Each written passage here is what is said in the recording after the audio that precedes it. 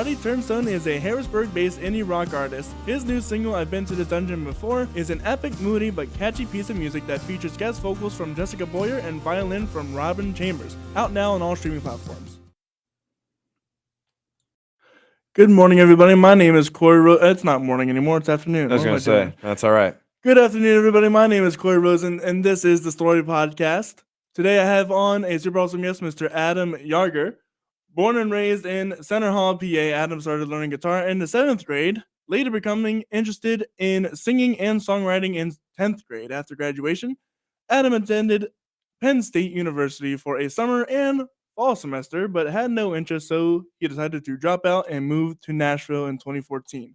Continuing to write and perform, Adam released his first EP in 2015, later taking to the road to promote his work. Soon, Adam got to write and record music at Sony Tree Studios, and more recently is working with Kent Wells Productions of Dolly Parton's guitarist. That's right. And to release his first album, Scratched Up Vinyl, in 2019, Adam made his CMA Fest debut on the Artist Spotlight stage. Adam is still on the road and playing out with his new band, Adam and the Armadillos. Adam continues to promote his latest releases, The Day I Got Arrested, and If I Know Her. Adam, how are you doing today? I am doing well. How are you? I'm doing awesome, man. You've done a lot of stuff. I'm putting in the work, I feel like. Definitely hitting the miles, too.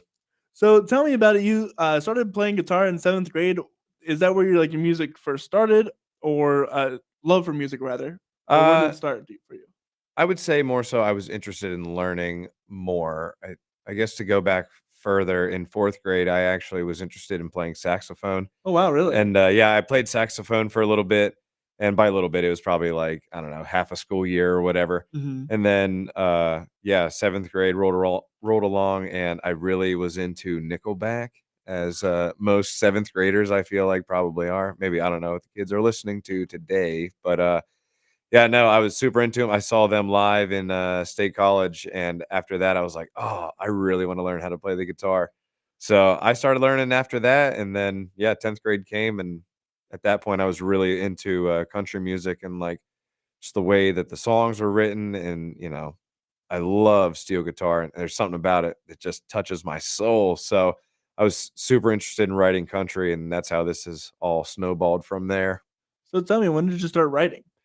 I think I wrote my first song the summer after 10th grade, so probably 2010, 2011, I think that was. And what was the first song? I'm trying to think.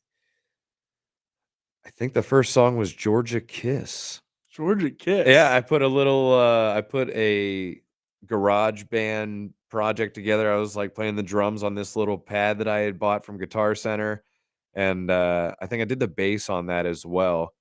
And it was super rough, but I sent it to a couple of friends and like, that's honestly kind of really good. And so getting that kind of positive feedback was really nice. And I was thinking well, maybe keep doing it, may be able to get better. And so that's how that kind of snowballed there.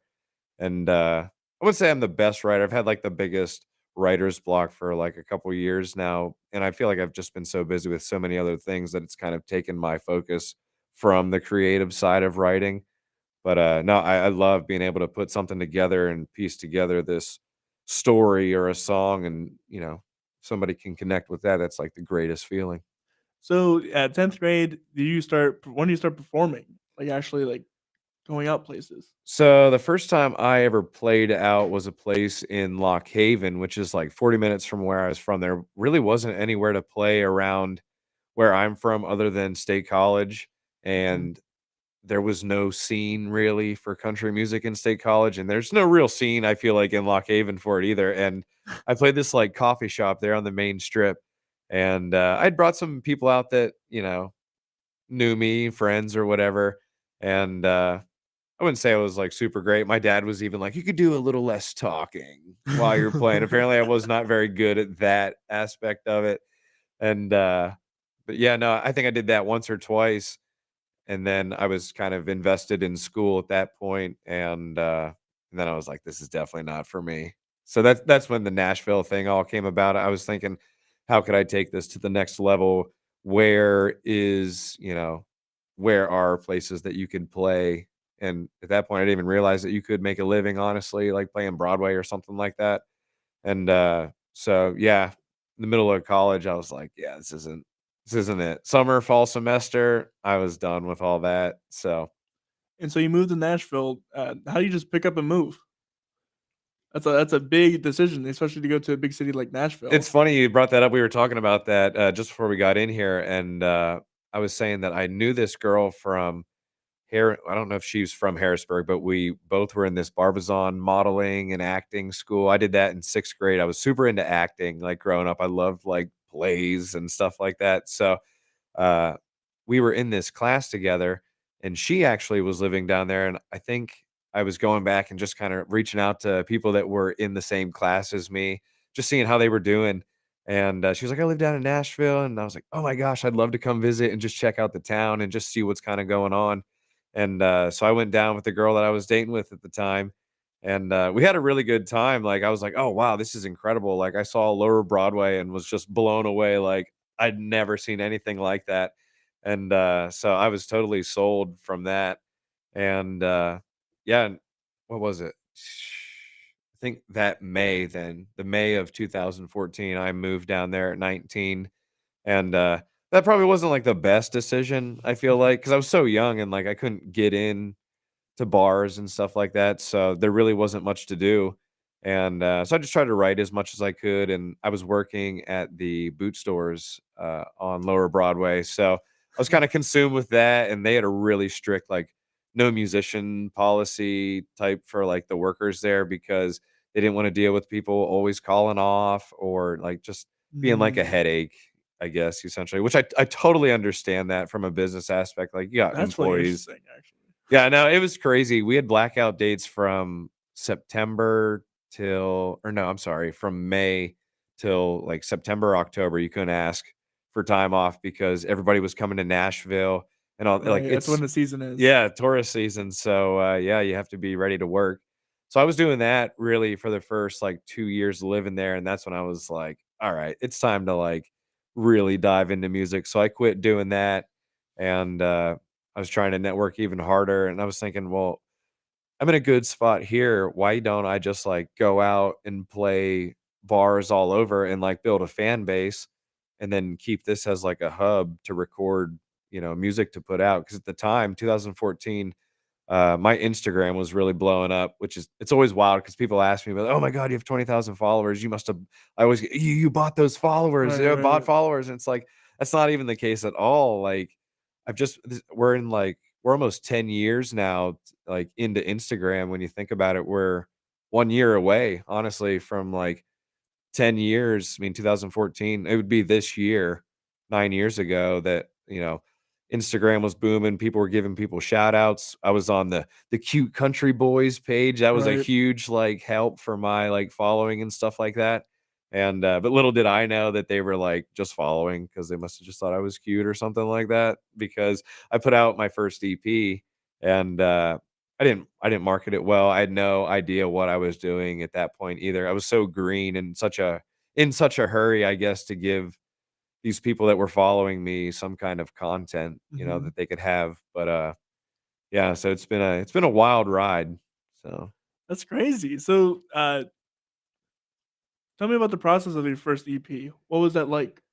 so I actually one of my coworkers at the boot store, her mom worked at Hilltop Studios, which was kind of outside of town, like north of Nashville, like 15 minutes.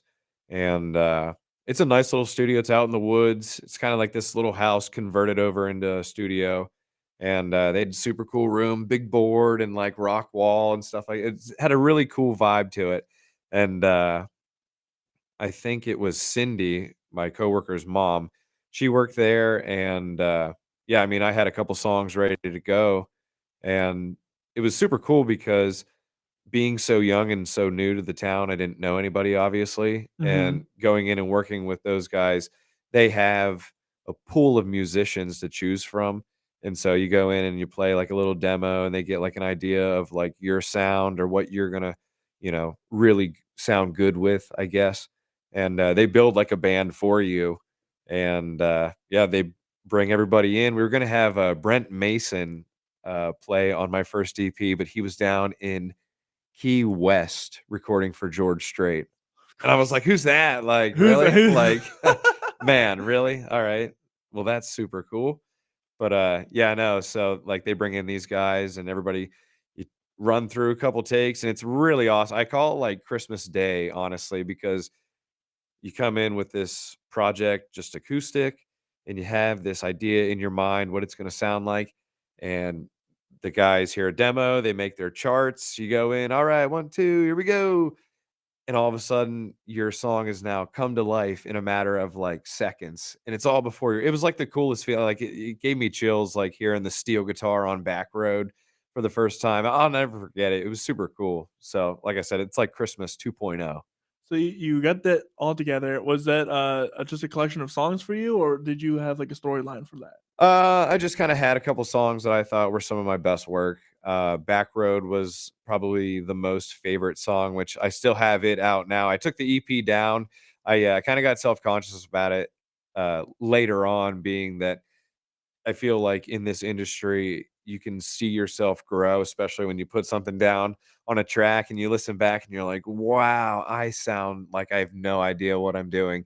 Right. And, so, yeah, I got kinda self-conscious about it, so I took it all down, and, people kept asking me, they hounded me about Back Road, and I put out a music video for it. We shot this music video on my own. My sister, like, helped get the camera angle, like, she's the one holding it, and I got it all set up because I used to do a little bit of photography, in college before I, canned all that, and, yeah, put this music video out, and it just kept doing really well on YouTube, and I was like, "Oh, I think I might have screwed up from taking this video down or, the streaming down." So I, ended up re-releasing it, and people just it's just funny to see, like, oh, they don't care how you sound or, like, they totally are not hearing the things that I'm hearing, and they Yeah. just love this song, and, yeah, so but, yeah, that's how that kind of all. It's always funny how we get more in our heads about it than other people. Oh, yeah, it's definitely strange because 'cause I'm always like, "Oh, super flat," and people are like, "No, that's such a great song, man, like, it's perfect," and I'm thinking, "Ooh, perfect, far from it, but Right, alright, right. I'll take it." So you dropped that EP. What's next then? After that, what was next? Still writing, the Sony Tree recording sessions were after that. Um, I was moving on from Hilltop. I was on the road at this point, kinda, like, learning about how all that works, like, booking gigs for myself. I actually was, road dogging with a guy, Michael Danielson from Nashville. We were like buddying up and we were going out. We'd go to Florida. We went to Iowa. I'm trying to think of where else we were at. Nebraska. That was wild. Never been out there. And we were playing Nebraska. I think I don't know if we made a stop in Missouri somewhere, but that was just super cool being out in like the middle of the country, like playing music. Just felt so sick. And so yeah, the next thing was Sony Tree. Still writing, had some new songs I'd put together, and I felt like I had grown a little bit, so I was ready to put out some more stuff and just see how it goes. I ended up recording 3 songs at Sony Tree, and I only ended up releasing 2. I got super bummed out. I don't know how to describe it. I wasn't super thrilled with how the 3rd one came out. It was a slower song, and I don't know. I feel like I have a hard time with like the sappy songs, like Mm, the lovey-dovey type of songs. Like as I'm older now and can like look back, it's kind of funny to see that because now I'm all about like the super hardcore, like cheating country songs, and like definitely not like, oh, here's roses. Yeah, there's roses. They're dead roses. Something like I don't know, but yeah, no, I ended up not releasing that song. It was called "She's Like Whiskey." It's not a bad song. I was thinking recently, like, maybe I should, like, just release it just because, do it. yeah, people wanna hear it, like, people will probably love it. I did that. "Burn," I released that song, and, "Find Me Fishin'" was also the 3rd song that we did, and, I've kind of fell in the same cycle again of going back to being self-conscious about it. Hmm. Left Burn up because we did a video for that. I played, my hometown fair, and we put this super cool music video together for it, and, released Burn as a YouTube song that way, and, same thing. Took those songs down because I was like, "Alright, I'm gonna get together and I'm gonna put a whole album together, and it's not gonna be anything like this, and we're just gonna recreate the whole sound.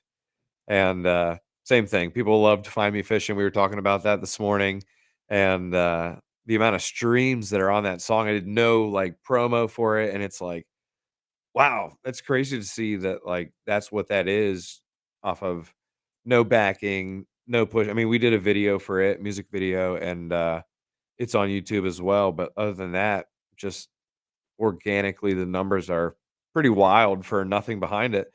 So yeah, I ended up bringing Find Me Fishing back, and I actually have a different idea for Burn. I have Mm. this bluegrass style for that song because the main riff that I originally wrote for it was super bluegrassy, meets like Eric Church, but like older Eric Church. And so I took Burn down, but it's still on YouTube if like people want to hear like the original style of it.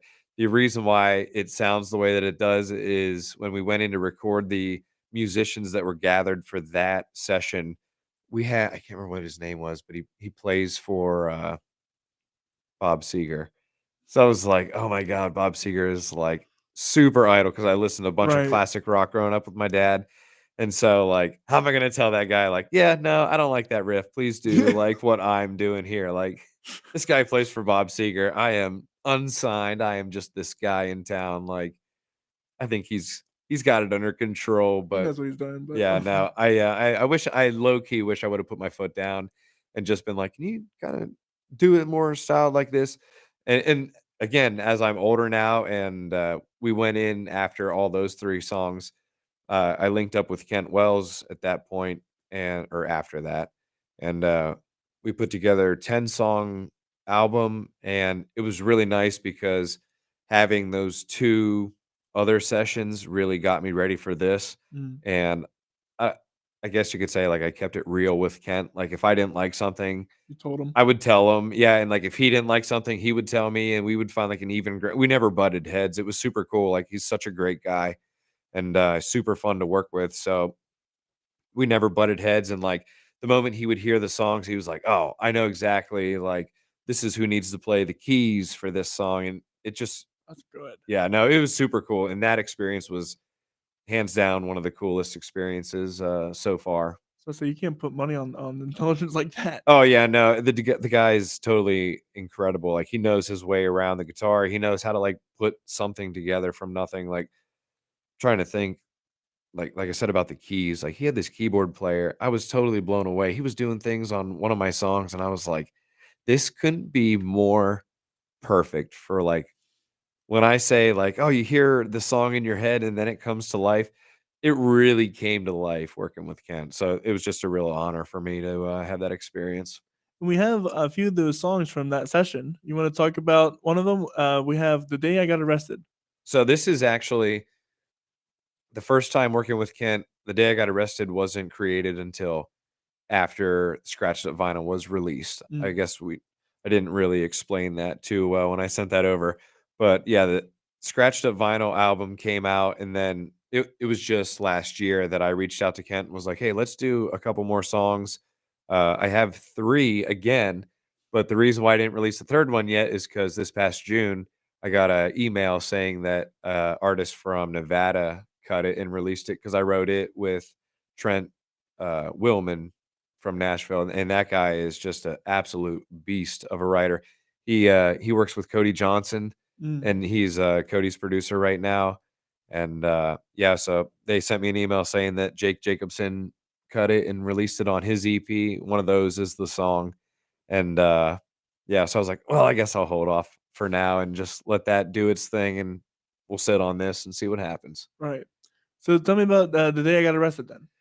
So the day I got arrested, I wrote it actually right after we finished recording Scratched Up Vinyl, and I was kind of bummed that I didn't get to like add it onto the project. It like just missed the cut.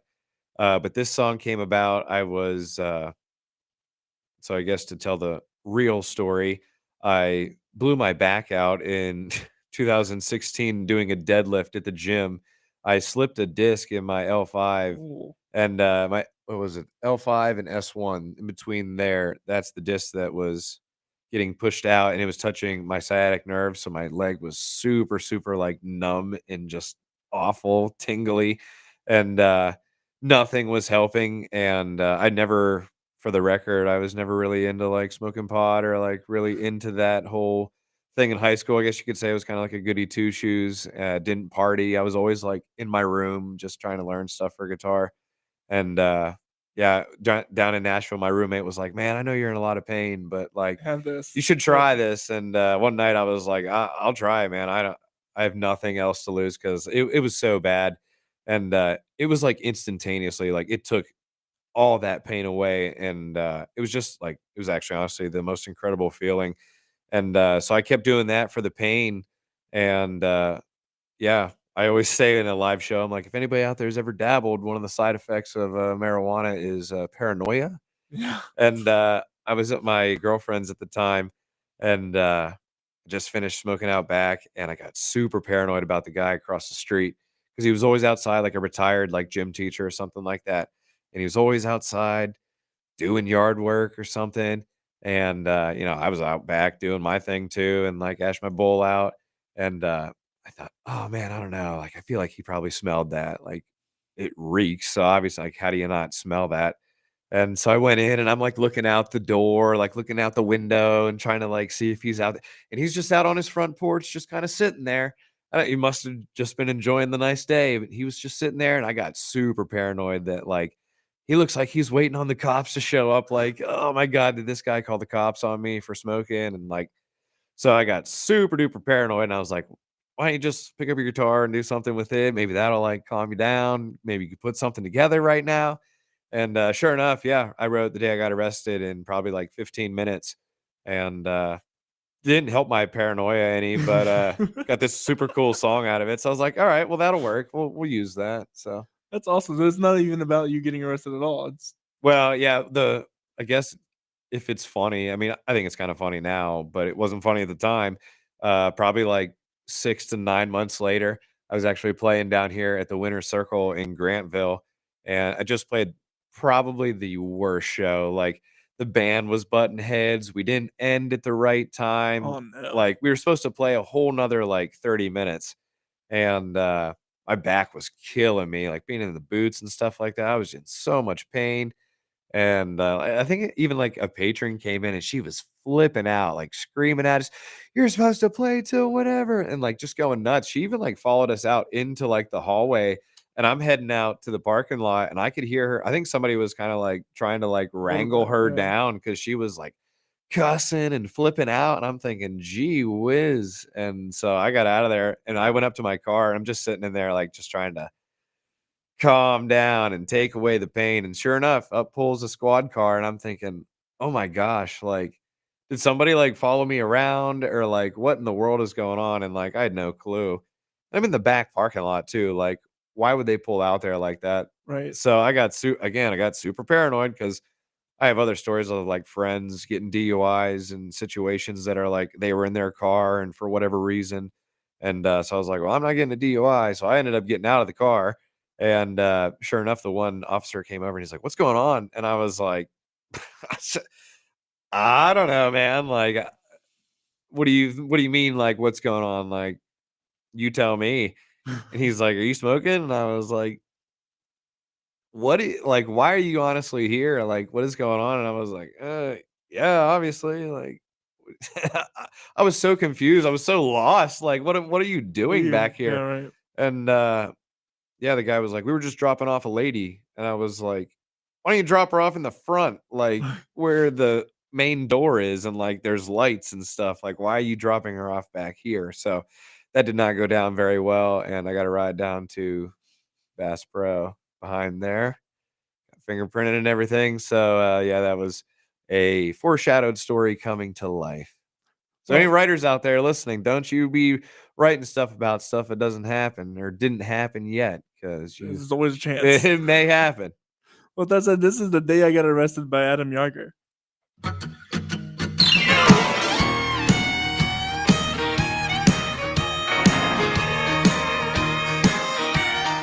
Well, I was stoned the day I got arrested. Your man across the street done rat on me. Sat on his front porch when the blue lights pulled up. He didn't even let me get my cigarettes out of my pickup truck. Now I'm sitting in the jailhouse and I'm singing these old blues. The old man on the front porch is talking with the evening news. My name's in the headlines and I can't even be one facing, 'cause I was stoned the day I got arrested.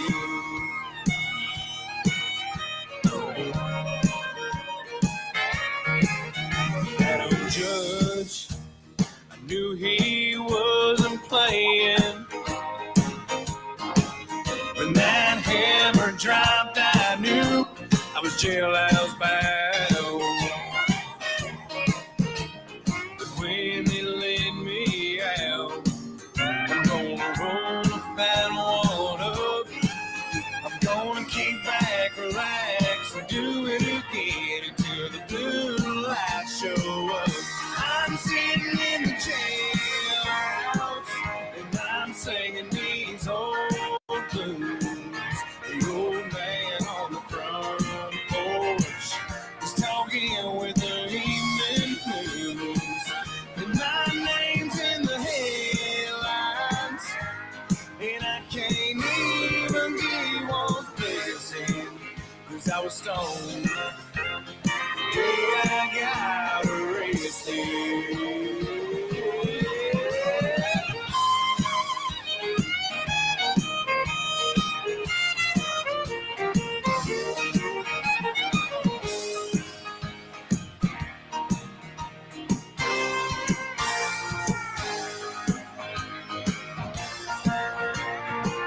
Now I'm sitting in the jailhouse and I'm singing these old blues. The old man on the front porch, he's talking with the evening news. And my name's in the headlines and I can't even be one facing, 'cause I was stoned the day I got arrested.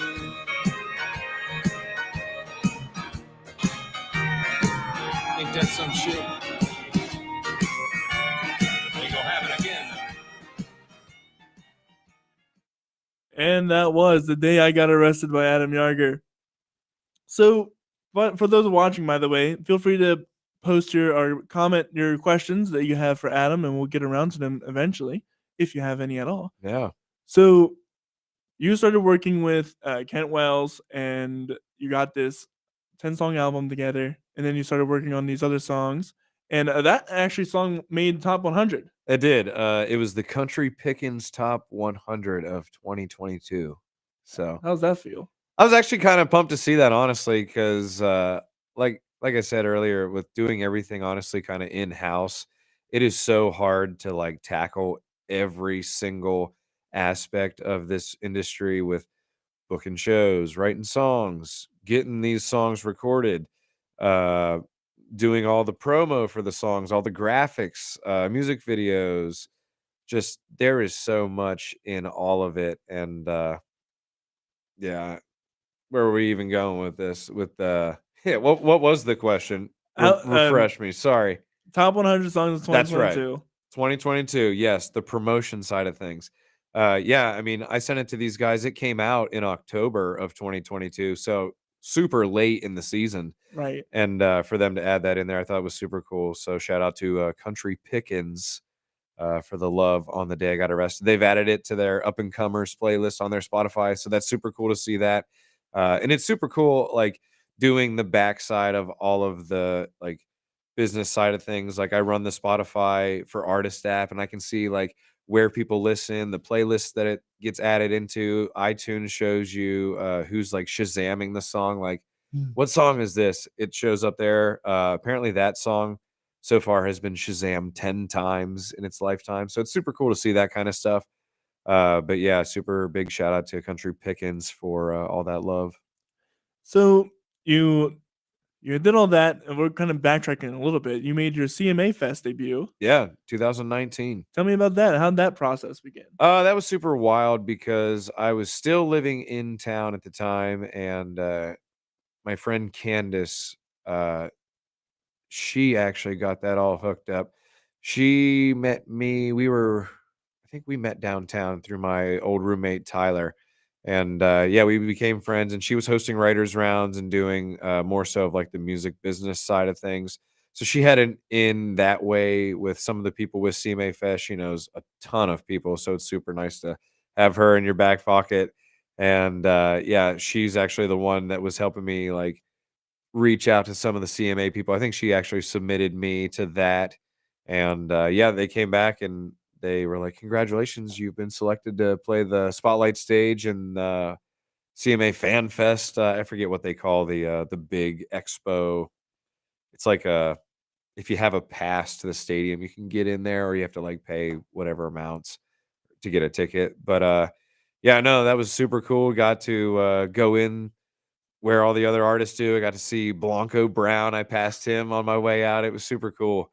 And it was super fun. I made a bunch of fans that day. A guy from Colorado, Ken Nichols, if he's listening out there, I met him that day and we stay in touch. Actually, the one time that we went out to Denver, we actually linked up at his house and like had some drinks with him. Super nice guy. And so it was a super cool experience. And yeah, CMA Fest 2019. So, and then that was the lovely year before everything happened. Yeah, no, I was really gearing up for like this super cool release. Like, oh, I played CMA Fest and now I'm releasing this album. And I think I was going to release that on, I want to say it was Friday the 13th. I was going to release That's it. the exact day. But yeah, it was in everything shut March. down. It was that weekend. Everything shut down. And I was like, well, this couldn't be worse timing. So I'm still trying to figure out how to like go back and be like, hey, by the way, if you missed this and the whole thing that happened. storm of that, here you go. Here's a whole album of songs. But yeah, so kind of got derailed there because I was supposed to go down to Florida. Like I set up this whole big tour, essentially acoustic tour. I got all these CDs printed out and made them through like CD Baby or whatever. And yeah, I was gonna go out and really road dog it and push this album. And yeah, everything got shut down. So yeah, might have to revisit that at some point. So I was saying, everything shut down. What are you doing to get back out? To get back on it? Yeah, just what I did was just recorded new music. I was like, I got the day I got arrested. If I know her, one of those. I was actually sitting on that for a long time. I wrote that in 2014 with Trent Willman, and yeah, that song was on hold with Blake Shelton for a little while, and then I heard nothing on that, so they apparently didn't decide to go with it. Unfortunately, big crying face because that would have been super cool. That would have been really cool. Yeah. So yeah, moving on from that, I just kind of sat on it. Trent was working with a artist out of Texas, Six Sanchez. He actually ended up doing a version of it for his, I think it was an album. They put it on his album, and then just more recently, it was like a couple of months after recording it, I got an email saying that Jake Jacobson put it on his EP, and I don't know if it's going to be on his album or what the deal is there, but yeah, they released it, and I was like, oh, all right, well, I'll sit on it again and just give it a little time, wait for the right time, I guess. So we have it here. Tell me about it. Tell me about it. Like, what is it about? I send you one of those? Yeah, if I know her. Oh, okay, yeah, no, sorry. If I know her, yeah, this was I wrote this 2016. This was amongst a breakup in 2016. I was getting ready to play my hometown fair, the Grange Fair, and I was on my way back to Nashville to rehearse with the band for that show. And my dad was driving. I was at that time, that's like immediately after I had the accident at the gym with my back. And so dad was driving and I was in the back of the Suburban, kind of like laying down, just trying to be like comfortable for this like 12-hour drive. And yeah, on the way down, I kind of crafted this song. And when I got down there, we got finally back to my place. Uh, yeah, we like went into this pretty much empty apartment, which was kind of like shocking because again, I was in the middle of this breakup, and I was sitting there thinking like, well, try to finish that song because it was pretty good and see if you can figure it out. Because I was really only kind of stuck on like a chorus for that song. There was a line in the chorus that I couldn't find.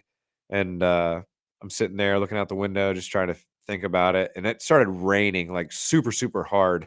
And I was like, well, there you go. You could say something about it raining. And yeah, hit you like a storm, leave you standing in the rain. And so there was that song. And yeah, I sat on this forever too. I played it that week at the fair and I got really good reviews on it. And people were just like, I really like that song. And I was like, oh, yeah, great, wonderful. And at that time, I wasn't like ready to record new stuff. And then the whole album thing got in the way. And at that time, I was kind of looking to write new material, just kind of see what I could come up with. And yeah, just recently, since I've been in like such a writer's block, I was like, why don't you just release some of this older stuff? Mhm. Pass the time and just see what people think. And so, yeah, went back, got a hold of Kent, and did the 3 songs. And yeah, If I Know Her was born. And let's give it a listen.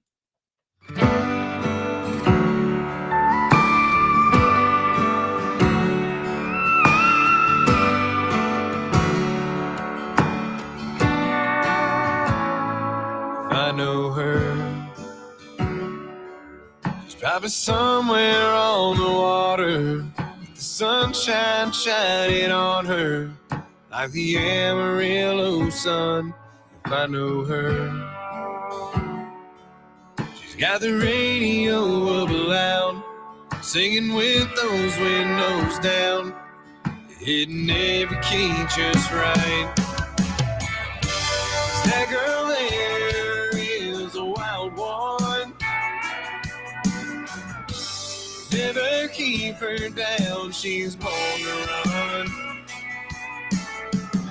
She'll hit you like a storm and leave you standing in the rain. And she won't feel a thing if I know her. She's got a Bible by her bed, and at night she bows her head and prays to God above. If I know her, she's got her head held up high, making stars fall from the sky like she does so easily. 'Cause that girl there is a wild one. You never keep her down, she's born to run.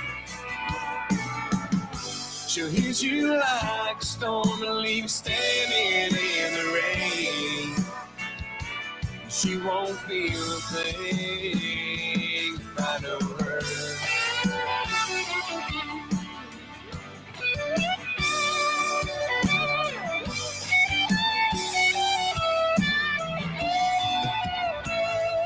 If I know her, she's probably moved on by now. She ditched this one-horse town, chasing down her dreams. 'Cause that girl there is a wild one. You'll never keep her down, she's born to run. She'll hit you like a storm and leave you standing in the rain. She won't feel a thing if I know her.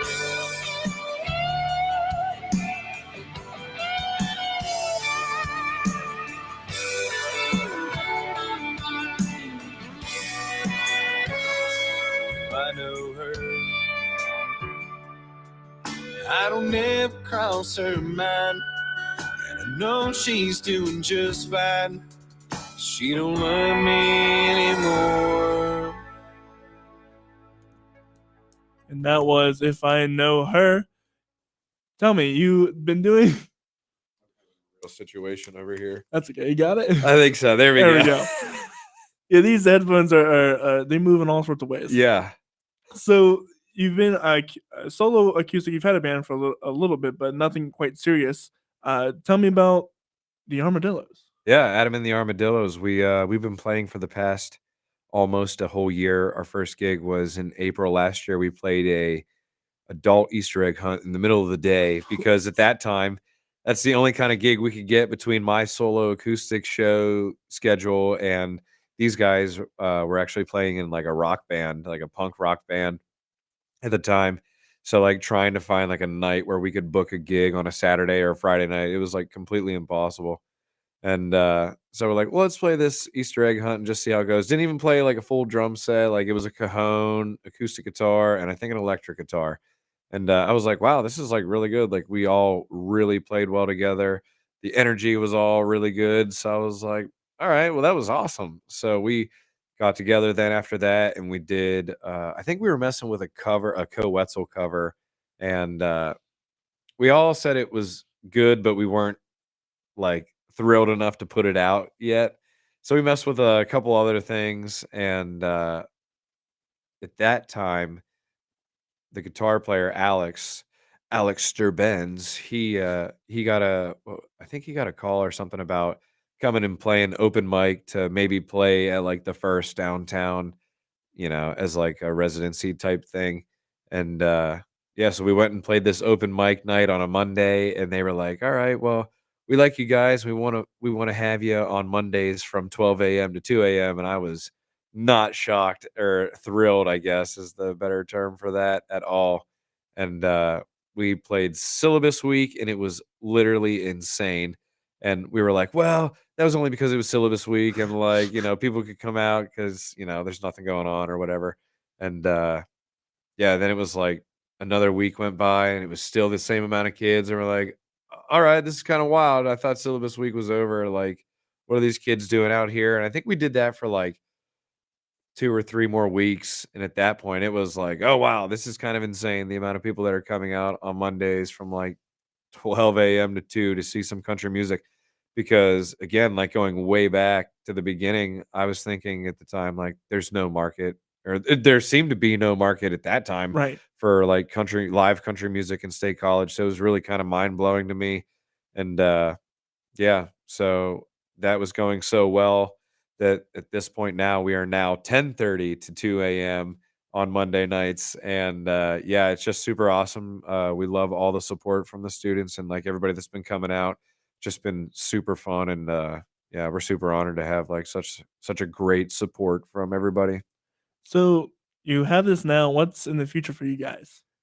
So our goal is to keep playing. We actually honestly have a really full schedule for this summer. We're now at the point where we're like double booking Oh days wow. and like yeah, it's super cool to see, but at the same time it's like, oh my gosh, my voice better be like super ready for like double days and then like, oh, 4 more days after that, like constant singing.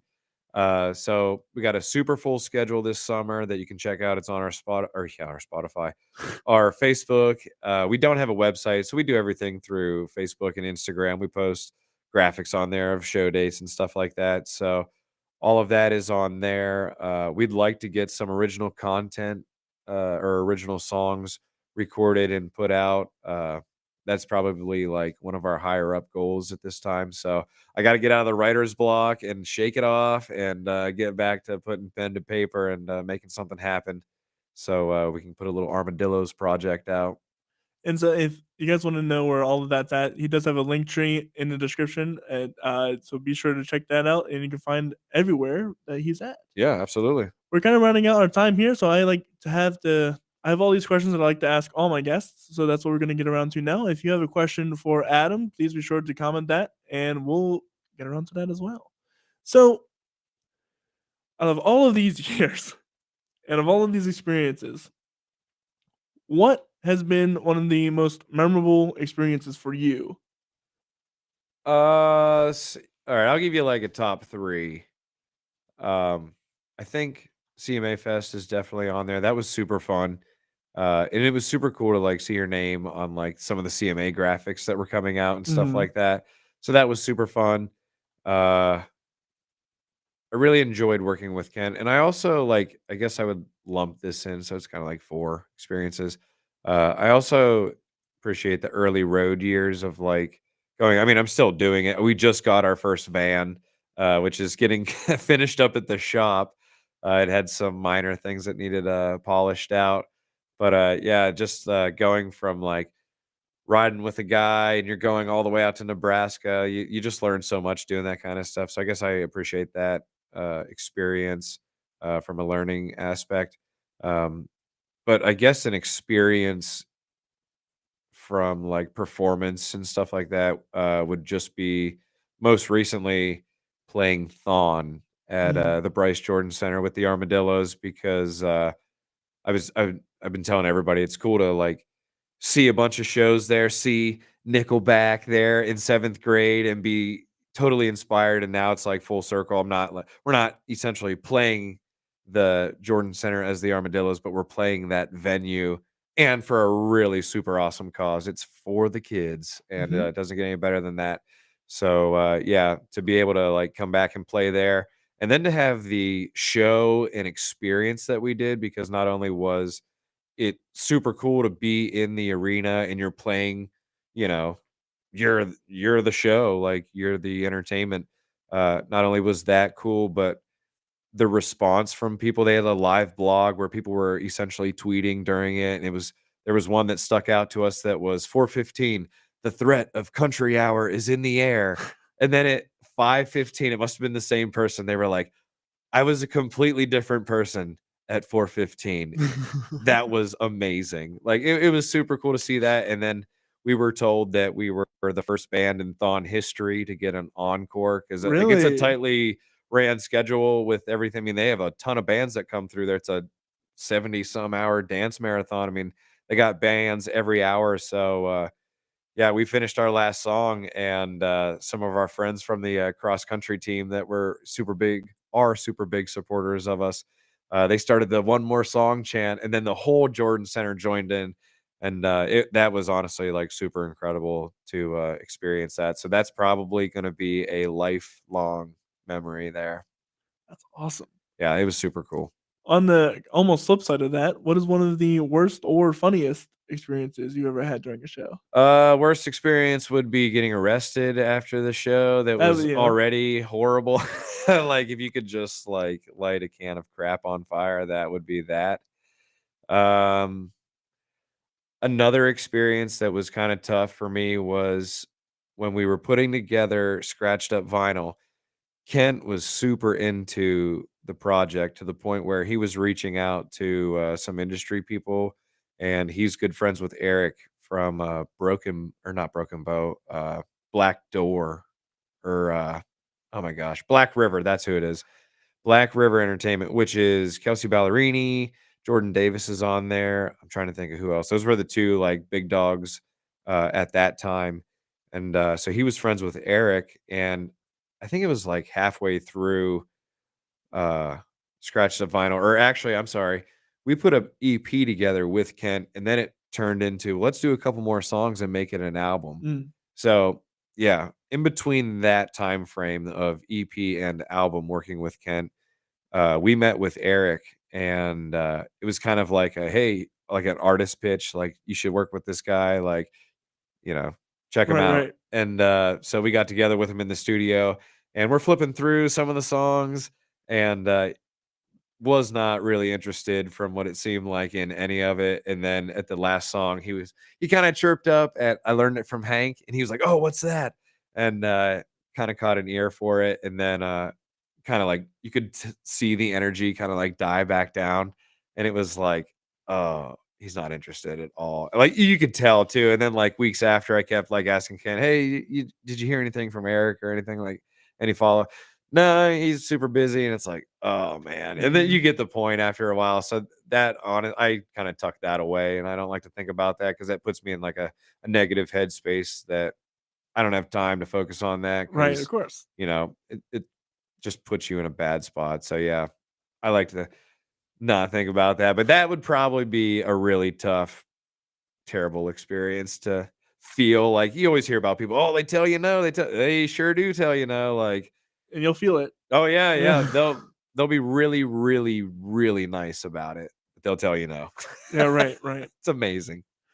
So, what is one thing that you know now that you wish you had known when you first started? Don't believe everybody. Like even like your followers and stuff like that. Like it's so hard to gauge all that stuff. I feel like there's a lot of smoke and mirrors that a lot of people don't see, and like the behind the scenes stuff. Like even like talking to some people, like one of the things that I didn't even really know till like I dove into the music world was like George Strait didn't write any of those songs. It's always somebody like I didn't know that at all, really. I mean, honestly, until like I moved to Nashville and like was seeing like, oh, that guy wrote that song. Like I didn't know that. And so yeah, I guess like looking back, just keep your head down, I guess. I don't know. I don't know. There's so many experiences and oh my gosh, yeah, I don't know. Just can't believe everybody because everybody's got a friend or whatever, and I don't know.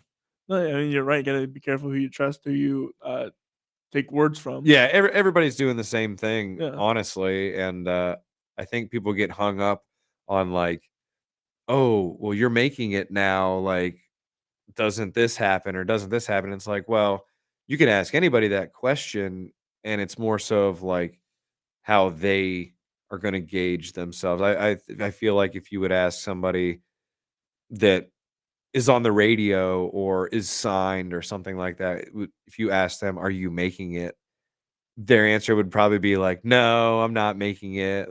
I'm signed." Like there's these other things that are attached to it, but I think deep down they'd probably be like, "Well, technically, I mean, Technically, yes, I don't but know. I'm not in also that spot. I'm just seeing it from an outside view." But yeah, it's a wild world. it is a wild world, and the music industry is not always been the nicest, and it's still not No, always the it's nicest. cutthroat, Yeah, and I think that's just the nature of the beast, honestly. yeah. And you're not going to please everybody. Like No, you're not. that guy didn't like us, but I don't know. Penn State seems to dig what we're doing, so you got to take stuff with a grain of salt. And if you enjoy doing it, you just got to keep rolling with it. So, where can people find you out now? You have a few shows coming up. I'm trying to think. Our next show, I have a couple acoustic things coming up. Our next band show is actually we have a. I'm trying to figure out the best words to describe this. This gig is not opening for Kenny Chesney, but it's the night of Kenny Chesney's show in State College, and we are playing to the VIP ticket holders who have like early entry into the venue, and I don't know what other accommodations that the Kenny Tour is giving out with those VIP tickets, but that is our next full band show. Uh, I take that back. Looking at my calendar, we are playing the first on St. Patrick's Day from 11 to 1 p.m. So 11 a.m. to 1 p.m. We have the Kenny show. We're back at Winter's Circle in May. We take a trip to South Carolina, North Carolina, West Virginia. That's going to be in a weekend in April. So we are really all over the place. The best place would be to follow the Facebook or Instagram to keep up with all of that. Yes, be sure to keep up with all of them before they head out onto their next tour. Yeah.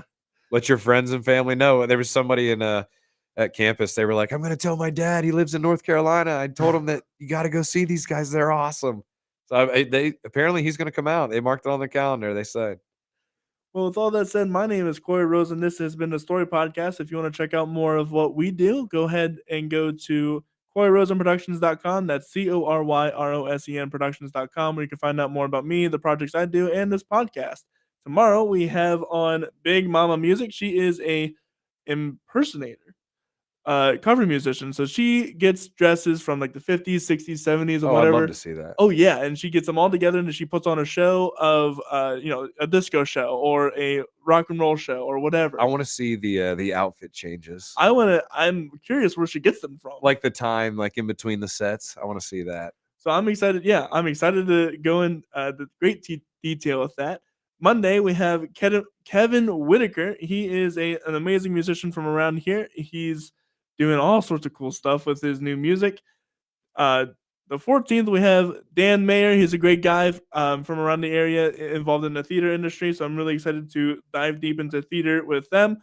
And Friday, we also have another theater guy, Dustin DeBlanc, is coming in to share his story and everything that he's got going on there. And with all that said, I hope you guys have a wonderful rest of the day. If you like this episode, please be sure to like, subscribe, follow, share with all your friends, and we will see you next time. Bye.